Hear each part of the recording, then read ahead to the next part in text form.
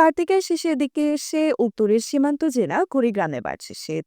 কয়েকদিন ধরে ক্রমেই তাপমাত্রা নিম্নগামী হচ্ছে। ফলে ঘন কুয়াশা ও হিমেল হাওয়ায় বাড়ছে খেটে খাওয়া নিম্ন আয়ের শ্রমজীবী মানুষের দুর্ভোগ। এতে করে শীতের ভোগান্তি নিয়ে জীবিকা নির্বাহের জন্য ছুটছেন রিক্সা চালক, ভ্যান চালক, ঘোড়ার গাড়ি চালক সহ নানা শ্রেণী পেশার মানুষ। বুধবার ভোর থেকে সকাল পর্যন্ত কুড়িগ্রামের বিভিন্ন এলাকা ঘুরে দেখা গেছে এমন চিত্র। এই সময় শ্রমজীবীদের সাথে কথা বলে কয়েকদিন ধরে আমাদের ঠান্ডা বাড়ছে, আমাদের নামাজ উজু করার অসুবিধা হচ্ছে, আমাদের পড়ালেখা করার অসুবিধা হচ্ছে, আমাদের চলাফেরা করার অসুবিধা হচ্ছে।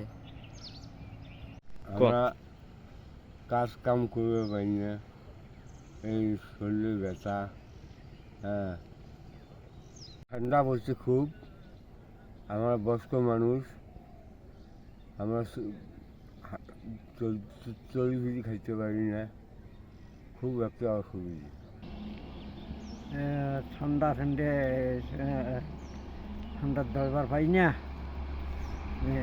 হাত পা ঠালি হয়ে যায়।